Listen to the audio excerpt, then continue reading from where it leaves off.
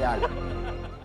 Tidak lengkap berdiskusi pada malam hari ini tanpa melibatkan netizen atau warganet. Nah, kami dan tim CNN Indonesia Insight Politics with Diana Valencia sudah mengkurasi sejumlah pertanyaan atau sudut pandang warganet terkait masa depan P3 dan juga jalan Partai Kabah ini menuju pemilu 2029. Masih lama, tapi kalau kita jalani tiba-tiba udah 2028 aja begitu ya. Oke, saya langsung bacakan. Kita lihat di layar. Sebelah mana ini? Oke, kita lihat. Oke. Di sebelah sini ada Cah Banten. Oke, P3 tinggal sejarah kah? Wah, tanda tanya 2. Wah. Oke, selanjutnya kita lihat. @valih.h. Halo Gus Romi, saya izin tanya, ini agak panjang ya Gus ya. Saya izin tanya perihal bagaimana cara atau jalan P3 untuk berjuang memperoleh bangku di Senayan. Dan mungkin bagaimana rencana jangka panjang untuk P3 bisa kembali mendongkrak jumlah pemilihnya lebih dari yang P3 miliki sekarang. Ini mungkin pertanyaan mirip-mirip dengan yang tadi Rafif sampaikan. Oke, selanjutnya kita lihat. Oke, ini @nya agak susah, mungkin RHNNMLNBGS. Oke, P3 sekarang sudah tidak bisa menjadi jembatan umat, kehilangan marwah partai, sulit merebut hati pemilih, loyalisnya masih ada, tapi tak seloyal dulu karena ada beberapa faktor. Kembalikan marwah partai, rangkul pemuda, dan perbaiki citra partai. Pertanyaannya untuk kembali ke titik-titik, wah ini agak menggantung ya. Mungkin usai jeda nanti dia bisa sampaikan. Oke, ini udah 3 pertanyaan atau mungkin saran dan juga kritik yang disampaikan oleh netizen. Kalau saya rangkum ini mungkin kurang lebih soal bagaimana sebenarnya P3 mampu bertransformasi itu ya. Tadi Gus Romi juga sampaikan. Tapi sebelum Mas Romi jawab, saya mungkin mau ke Rafif terlebih dahulu. Tapi kalau dari kacamata pemuda sebenarnya, menurut Anda sebenarnya ada nggak sih partai politik yang menarik sekarang? Menurut kacamata saya sebagai mahasiswa, sejauh yang sudah dilakukan dan pemerintahan saat ini tidak ada partai yang menarik gitu. Oke, kenapa? Kita lihat bahwa sejauh ini ya kembali ke DPR, kita lihat mereka semua hanya sebagai dewan dari perwakilan para ketua partai, bukan dewan dari perwakilan rakyat seperti itu. Maka dari itu saya merasa bahwa tidak ada partai yang bisa memihak kepada masyarakat menurut saya. Oke. Seperti itu. Mas Romi mungkin boleh komentar, apakah ini menurut Anda generasi muda yang juga sulit terpapar informasi bahwa sebenarnya di DPR tuh pada ngapain aja sih gitu? Karena kalau kita kilas balik di yang tahun lalu, Wakil Ketua Balik itu juga dari P3 sebenarnya kan? Betul. Memang begini ya, hampir di seluruh dunia parlemen itu memang dianggap kurang mewakili rakyatnya secara langsung. Ketika saya masih belum jadi anggota DPR, saya pernah mengunjungi satu negara di Hungaria. Waktu itu di sana sedang ada demo besar sehingga saya tidak bisa berwisata. Ketika saya tanya, itu demo apa? Demo DPR. Kenapa? Karena mereka kerjaannya studi banding ke luar negeri. Oke, yang sedang berarti yang sering dilakukan juga sekarang ya. Itulah makanya saya katakan kita kemarin memberikan seruan secara terbuka P3 agar jangan hanya moratorium, tapi tidak ada lagi anggaran kunjungan studi banding ke luar negeri. Kemudian pindahkan itu untuk program-program pro rakyat. Kenapa? Karena memang nggak ada relevansinya lagi studi banding ke luar negeri hari ini dengan artificial intelligence. Kita bisa tanya apapun ya, kita bisa ngecek secara live semua kondisi jalan di seluruh dunia pakai Google Map gitu kan. Jadi hari ini sebenarnya tidak ada relevansinya lagi kunjungan ke luar negeri. Kemudian yang kedua tadi mengatakan bahwa DPR itu menjadi alat perwakilan para ketua umum partai. Saya sepakat dalam beberapa aspek bahwa hari ini oligarki sebenarnya bukan hanya di lingkungan dunia bisnis, tapi juga di lingkungan partai politik. Jadi partai politik ini ada 2 jenis, partai politik yang TBK dan Persero. Ya, kalau partai politik ini Persero, memang itu DPR menjadi perwakilan para ketua umum partai. Kenapa? Karena ketua umum partainya menjadi pemegang saham tunggal atau pemegang saham mayoritas, sangat mayoritas. Sehingga semua anggotanya ya bergantung sangat dengan ketua umumnya gitu. Tetapi ada partai-partai politik tertentu seperti P3 yang sebenarnya partai politiknya ini TBK. Ya, partai politik TBK ini memang tidak punya patron dan memang kemudian kecenderungan konflik itu menjadi mudah karena tidak punya patron. Tetapi pada sisi yang lain dia bisa membawa gagasan dan pembaruan apapun. Ini sebuah tantangan sekaligus juga kelemahan.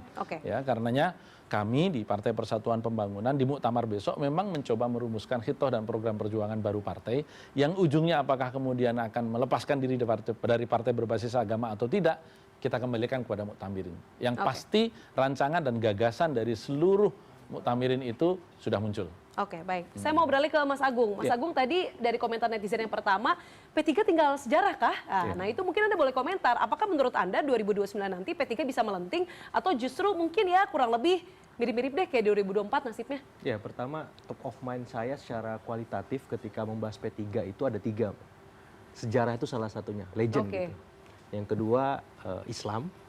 Yang ketiga saya melihat P3 ini adalah istilahnya partai yang tadi konflik, kasus, top of mind kualitatif. Islam, kasus, konflik, kemudian yang ketiga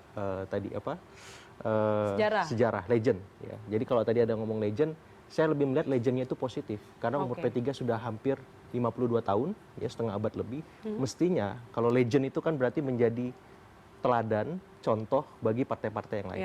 Sementara top of mind saya secara kuantitatif ketika melihat P3, pertama minor karena turun suaranya, kursinya, kecuali di 2014 ada anomali di situ. Kemudian citra yang kedua secara kuantitatif saya lihat dia suka atau enggak, ini prospek. Prospek kenapa? Karena P3 itu mewakili basis umat agama terbesar. Dan saya kira itu ceruk yang bisa dioptimalkan dan belum banyak P3 melakukan di sana.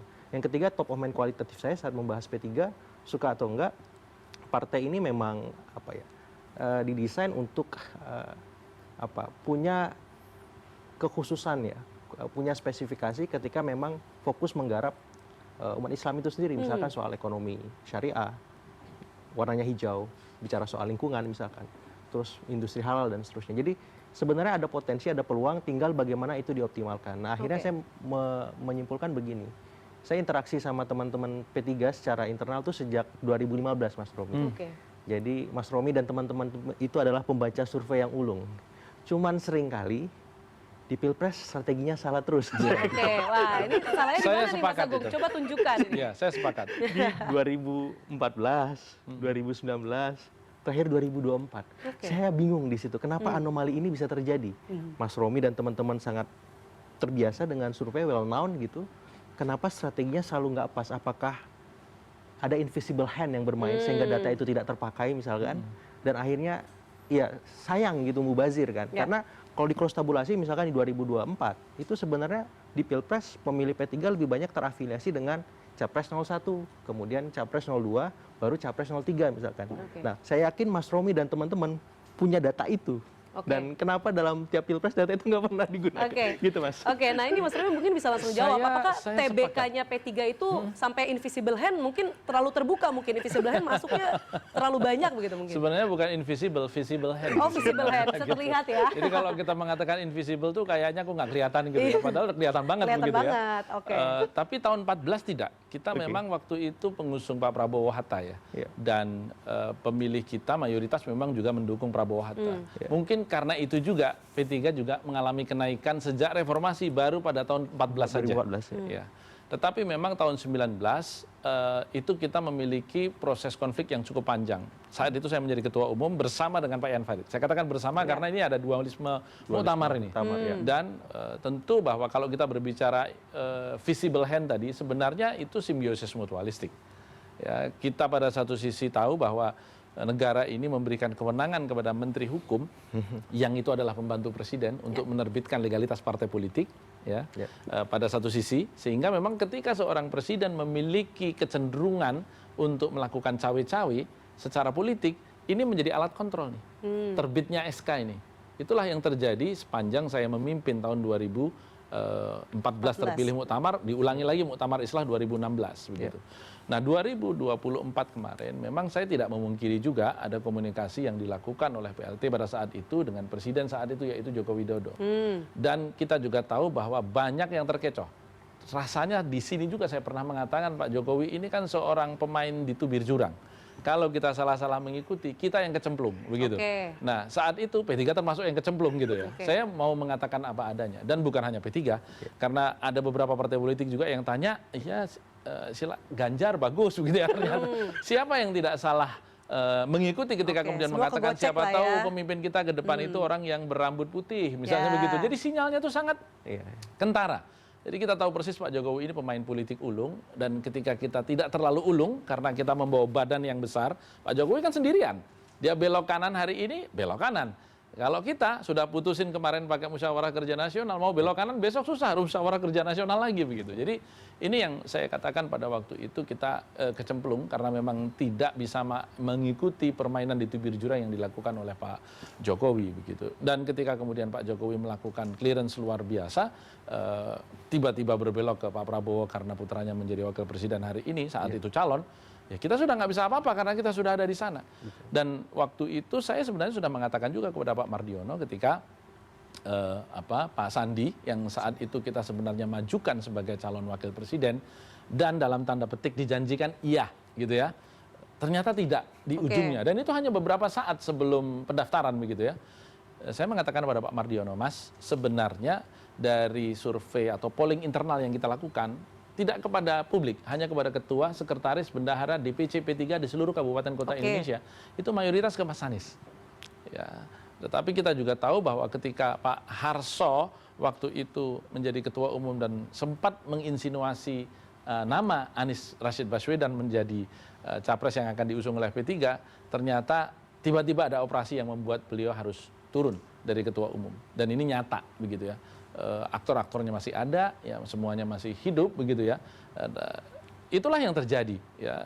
Makanya ke depan kita mencoba untuk membangun independensi secara penuh. Kita memutuskan sendiri di muktamar besok, tidak tergantung kepada pemerintah, dan saya menghormati sungguh-sungguh sikap politik presiden kita Pak Prabowo Subianto yang menyerahkan kepada P3 untuk memilih sendiri siapa pemimpinnya karena beliau juga ketua umum partai. Yang ketika saya dengar dari salah satu orang dekat beliau mengatakan bahwa saya ini juga ketua umum partai, saya tidak mau partai saya dicampuri, maka saya juga tidak ingin mencampuri rumah tangga partai lain. Berarti P3 belajar dari 2024 Betul. dengan visi saya kira ini adalah Pak titik Jokowi balik mungkin itu dan ya. yang kedua ada peluang konstitusional karena perolehan kita di kabupaten kota masih 8,2 juta, jadi 2,5 juta di atas nasional. Sepanjang kita bisa kongruen ya, sebangun itu sudah cukup untuk lolos. Mungkin dengan 8,2 juta kita sudah bisa dapat 40 kursi. Oke, baik. Saya mau beralih ke Kang Hasan. Kang Hasan, ini sebenarnya ada banyak sekali komentar netizen yang mungkin juga Anda sampaikan tadi bahwa sebenarnya partai politik banyak kehilangan marwah, tidak merangkul pemilihnya dan lain sebagainya. Tapi kalau menurut prediksi Anda di 2029 dengan adanya muktamar baru ini, kemudian ada goodwill lah ya dari P3 untuk berbenah mulai dari mungkin pimpinannya lebih independen, memiliki logistik yang cukup, punya ketokohan. Menurut Anda bakal masuk tidak P3 di 2029?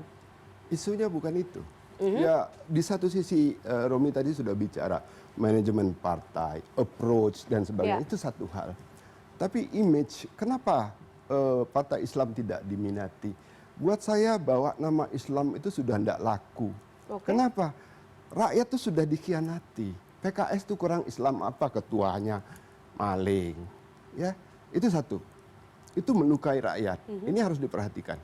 Ya, artinya P3 itu bukan hanya soal ketua umum tadi yang korupsi dulu-dulu tuh banyak banget lah sudah dari P3 itu ya, termasuk bupati dan sebagainya. Itu satu. Yang kedua, ya tadi yang menentukan suara itu apa? Duit. Romi sendiri mengakui money politics ya. Nah, di hadapan agama sama duit, orang milih duit. Ya. Nah, ketiga tadi, oke, sebagai partai Islam tadi yang diperjuangkan, bukan saya nggak baca, buat saya itu isu-isu yang sebenarnya nggak terlalu penting. Artinya yang diperjuangkan itu kan isu-isu yang primordial banget ya, undang-undang pesantren yang begitu-begitu.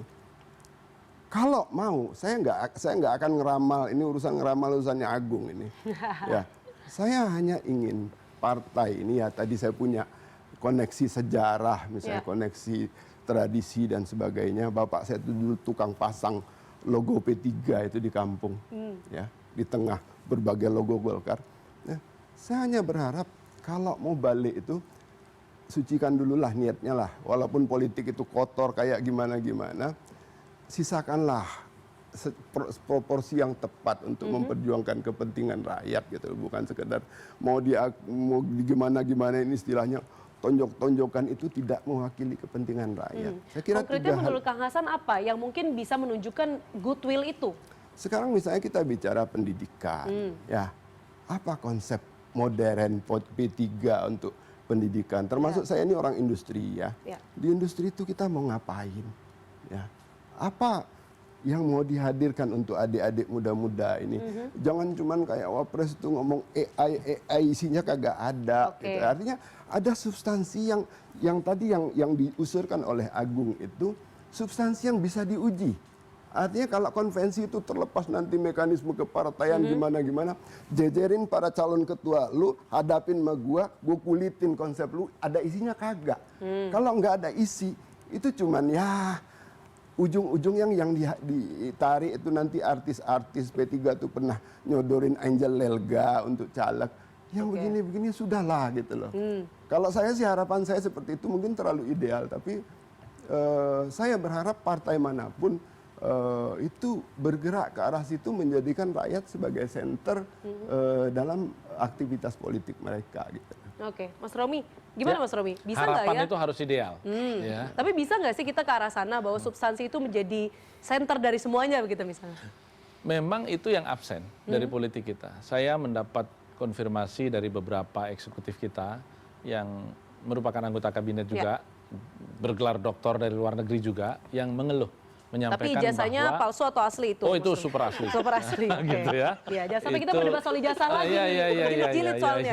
Silakan Mas. Yang mereka, beliau itu menyampaikan kepada saya bahwa debat substansial di DPR itu semakin berkurang. Maka saya pernah mengatakan hari ini kenyataannya di DPR, partai politik itu semakin banyak berisi aktivis, semakin banyak berisi organisator, itu partai politik perolehannya semakin kecil.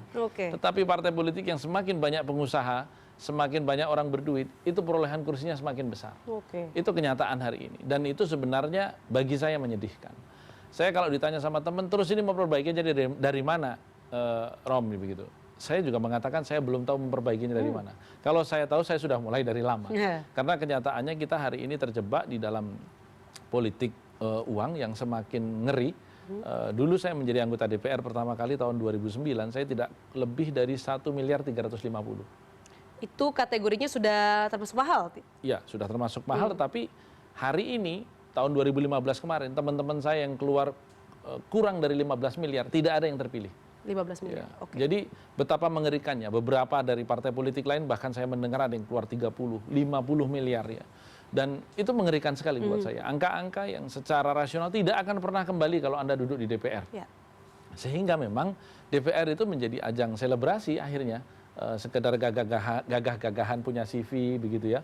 Tetapi kemudian miskin substansi. Saya sepakat dengan adanya substansi yang memang perlu diperjuangkan. Masalahnya hari ini masyarakat kita masih bisa atau tidak. Ya, kita tahu persis misalnya seperti di Amerika Serikat. Masyarakat di sana memang sepakat memilih orang pandai untuk menjadi presiden. Hari ini kita memiliki kesempatan emas itu. Presiden kita orang pandai, orang yang sangat suka membaca. Mungkin presiden yang paling banyak membaca bersama Bung Karno waktu itu ya adalah Pak Prabowo Subianto.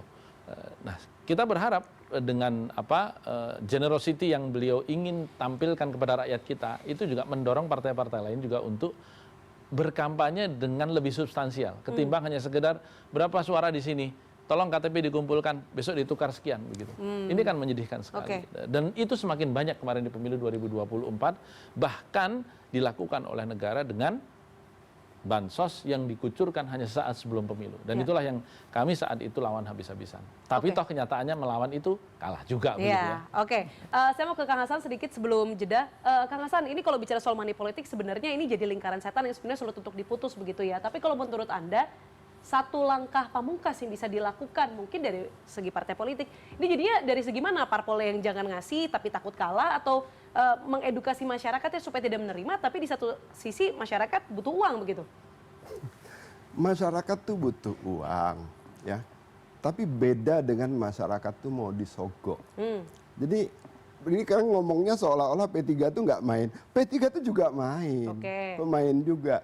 Nah, kalau saya ya mending gue kalah, tapi gue tunjukkan dignity.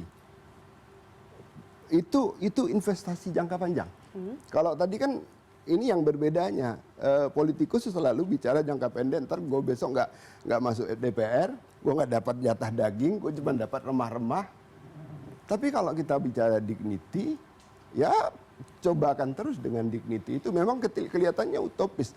Tapi kalau enggak, ya makin lama makin gede itu biayanya akan makin gede. Mau segila apa nanti pemilu kita gitu loh. Jadi tetap harus, makanya kalau saya sekarang, saya menginginkan sebetulnya bukan soal partainya harus bagaimana, sistem pemilu kita itu yang harus digeser, harus dirombak habis-habisan. Ada keterlibatan masyarakat dalam seleksi caleg. Caleg tukang joget-joget tuh nggak usah dimasukin lah, kita harus seleksi dulu. Makanya tadi seperti Mas Agung itu, konvensi. Ketuanya dikonvensikan, caleg-calegnya dijejer di ini, sehingga masyarakat ya walaupun nggak semua sanggup ya mencerna itu, tapi setidaknya kelas menengah itu masuk. Makanya kalau P3 mau masuk di jalur itu saya dukung, saya bantuin gratis. Untuk kita nyusun konsep dan sebagainya. Karena kita juga ingin partai politik yang baik. Tapi kalau masih kalah dengan ini dan masih terus di dalam P3 sendiri banyak juga pendorong money politik di situ, kita harus akui fakta itu, ya masih akhirnya kita akan terjebak pada lingkaran setan terus dan P3 akan tenggelam karena duitnya sedikit sekarang. Nah ini menarik. Ya, saya sepakat bahwa tidak ada satupun partai politik yang tidak melakukan money politik. Ya. Karena kenyataannya hari ini adalah bahwa masyarakat kita semakin pragmatis, bukan semakin miskin, semakin pragmatis.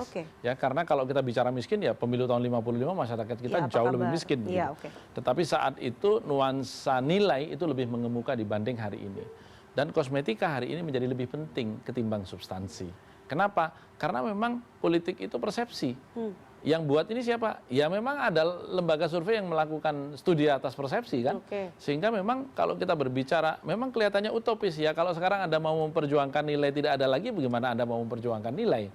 Dan itu yang memang semua partai politik terjebak di sana hari ini. Kalau mau melakukan perubahan, ketika kita mencoba untuk mengembalikan pemilihan kepala daerah itu ditunjuk oleh presiden untuk gubernur, kemudian untuk kabupaten kota itu dipilih oleh DPRD, ternyata di polling oleh publik dijawab bahwa itu kemunduran demokrasi. Padahal sila keempat Pancasila meniscayakan kita demokrasi perwakilan. Lantas kemudian waktu itu di Perpu dibatalkan. Nah susah dong, kita mencoba memperbaiki, kemudian dicurigai bahwa ini duitnya nggak dinikmatin oleh rakyat tapi dinikmatin oleh para politisi yang ada di DPRD. Kan susah, kita mau mulai dari mana? Kalau kita tidak memiliki sistem, lagi-lagi demokrasi kita akan chaos. Dan yang muncul adalah anarki. Karena itu seburuk-buruk demokrasi, tetapi dia masih memiliki lembaga-lembaga yang menjadi pengawalnya. Tetapi kalau tidak ada lagi demokrasi, maka yang ada adalah otoriterisme. Dan kita akan terjebak kepada pemerintahan Orde Baru yang begitu otoriter. Dan tidak ada kebebasan berpendapat. Hari ini orang boleh mengatakan apapun kok. Setidaknya itu lebih baik daripada zaman Orde Baru begitu. Tetapi bahwa demokrasi hari ini terjebak secara prosedural kepada lembaga-lembaga yang ada tetapi tidak berfungsi karena dikooptasi oleh oligark bisnis maupun oligark partai politik, ini yang menjadi bahan koreksi kita bersama. Melalui apa? Ya saya katakan gerakan masyarakat sipil kita hari ini lebih mudah dengan adanya media sosial. Toh nyatanya no viral, no justice. Hari ini kan berlaku itu. Ya mari kita lakukan itu untuk melakukan kontrol. Pukulan pada DPR kemarin yang kemudian dengan adanya kerusuhan kemudian mereka mengintrospeksi diri, mampu untuk menggagalkan adanya tunjangan-tunjangan yang tidak perlu. Bukan hanya RI tapi kabupaten kota. Ini kan sebuah kemajuan. Dan itulah yang harus terus kita suarakan. Saya tidak pernah mengatakan bahwa P3 tidak pernah berpartisipasi di dalam money politik. Kita harus mengikuti irama. Irama masyarakatnya inginnya dangdut, ya kita ngikutin. Kang Hasan harus tahu, pemilihan terakhir kemarin, Pilkada di Barito Utara yang sekarang masih berjalan di tahap ketiga, itu satu suara sudah Rp16.500.000. Masyarakat mana yang masih menolak kalau dikasih Rp16.500.000? Saya ingin tanya, yang lulusan S1 sekalipun deh, begitu. Bisa dihitung dengan jari. Tetapi itulah kenyataan masyarakat kita. Itulah kenapa sama Mahkamah Konstitusi sampai pilkadanya itu pesertanya dua-duanya didiskualifikasi. Yang satu gugat karena suaranya kurang banyak, ternyata ditemukan money politik dilakukan dua-duanya, didiskualifikasi lagi. Diulangi lagi, sudah sampai Rp16.500.000 per suara karena hanya 2 TPS. Lebih dari UMR Jakarta ya. Bayangkan itu. Kita mau apa dengan seperti itu? Dan itulah yang sampai hari ini kalau ditanya kepada saya pun belum tahu. Dikasih substansi, mereka akan memilih gizi, bukan substansi. Kita harus jeda terlebih dahulu. Tetaplah di Inside Politics with Diana Valencia.